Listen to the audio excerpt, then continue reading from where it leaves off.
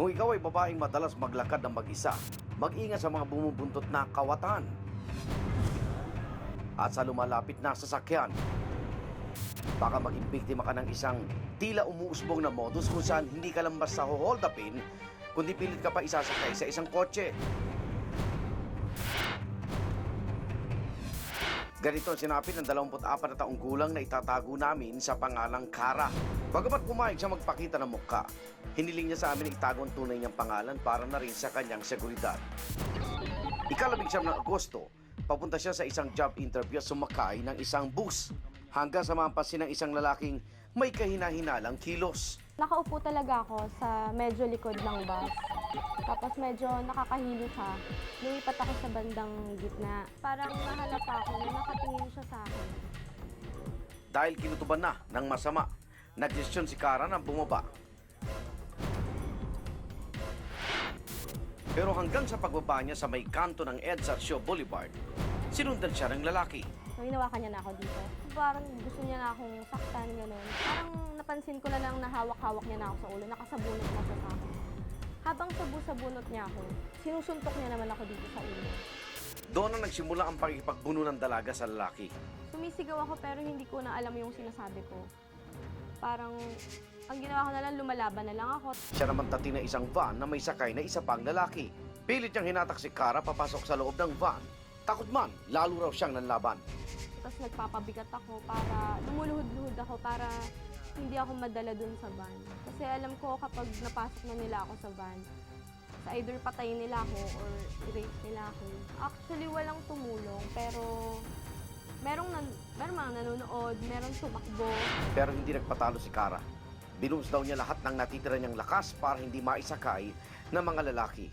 Para sa akin, dapat wag mong ibubuhos yung lakas mo para sumigaw o ano. Sa akin, ibuhos mo yung lakas mo para gumanti sa kanila. Kung ano yung gagawin nila sa'yo, gawin mo rin sa kanila. Kahit ibinigay na niya ang bag na may lamang iPhone at 4,000 piso, hindi pa rin siya tinantanan ng mga lalaki. Dito raw mas naging malinaw sa kanya na hindi lang basta pagnanakaw ang habol ng mga kawatan. Sa patuloy niyang paglaban, sumuko rin daw ang mga lalaki at bigla siya binitawan.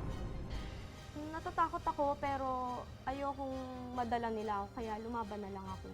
Nagtamo ng mga bukol sa ulo ang dalaga, pero hindi na sila nag-report sa pulisya sa takot na malaman ang kanyang mga personal na impormasyon. Pero ipinarating nila sa social media ang nangyari para raw magbigay ng babala sa tao. Presence of mind, saka dapat talagang buo yung loob mo na lalaban ka talaga every time na may mang sasakit sa'yo. Umaga rin ng ika-23 ng Agosto, 4 na araw matapos ang nangyari kay Kara, lumabas ang isang CCTV footage ng dalagitang tumalon sa kotse sa Mandaluyong. Kitang-kita sa video na hubot-tubat ang 17 anyos sa babae. Isa si Arnold Esclavilla sa tumulong sa nasabing babae. Bali, dyan po ako dyan po sa table na yan. Naghahayin po ako ng galing ko kasi papasok na po ako doon sa loob. Pagdungaw ko, nakita ko ngayon yung babae na hindi ko sure tumalon ba o tinulak sa kotse na yon. Na medyo sub-sub pa po yung katawan sa kalsada. Magulgol lang yak. Tapos nagsasabi siya na tulong. Agad namang responde ang barangay para sumaklolo. Ayon sa sa bata po, bali sinakay daw po siya doon sa kotse. Tapos hinila daw po siya. Napasok doon sa loob ng kotse. Papasok daw sa trabaho ang dalagitan ng oras na yon nang may dayuhan na nagtanong kung saan may money remittance center. Pumayag naman yung bata, natulungan po yung foreigner. Tapos sabi ng bata, bigla na lang daw po siyang hinila, papasok doon sa loob ng kotse.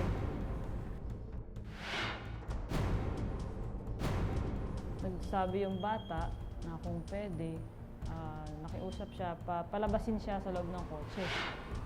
Hindi naman siya pinakinggan nung driver. Nagpumiglas daw ang dalagita, sinubukang pindot-pindutin ang mga buton sa sakyan.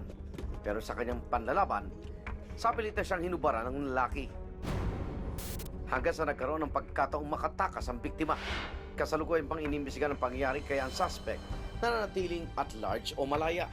Ang babae naman ay nagtatago na muna dahil sa trauma. Ayon sa Barangay Plainview sa Mandaluyong, may nai-report pa sa kanila na may pagkakatulad sa sinapit ng dalaga na pilit umanong isinakay ng isang dayuhan. Kamakailan, nasa kote nila isang dayuhan na nagpumilit din daw na magsakay ng mga kabataang babae.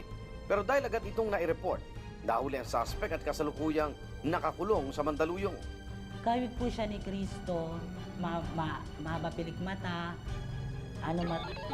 malaki katawan, kulot ang buhok, tapos mapulang labi, bikote. Pinag-aaral pa raw ng PNP Mandaluyong ang mga kaso dahil bago rin ito sa kanilang pandinig. Bagya ang anggulong dayuhan ng mga nasa likod dito, hindi pa raw nila masabi. Basta may intention naman namantala ng kanyang kapwa. Hindi na issue doon yung foreigner ka o kung Pilipino ka. Siguro isa ito sa nakikita nila na posibleng maging paraan nila para makapanamantala ng kanilang kapwa. Ang Philippine National Police kasalukuyan din pinag-aaralan ng modus. Pero ba sa mga nangyari, puro babae ang biktima. Malinis at may sasakyan ang mga suspect. Hindi lang pang-hold na panggusto at nagaganap ang modus sa mga pampublikong lugar. Hindi pa man kumpirmadong isa itong organized crime o kung may sindikatong nasa likod dito. Mabuti raw na maging alisto at mag-iingat ang publiko habang tila umuusbong pa lang ang modus.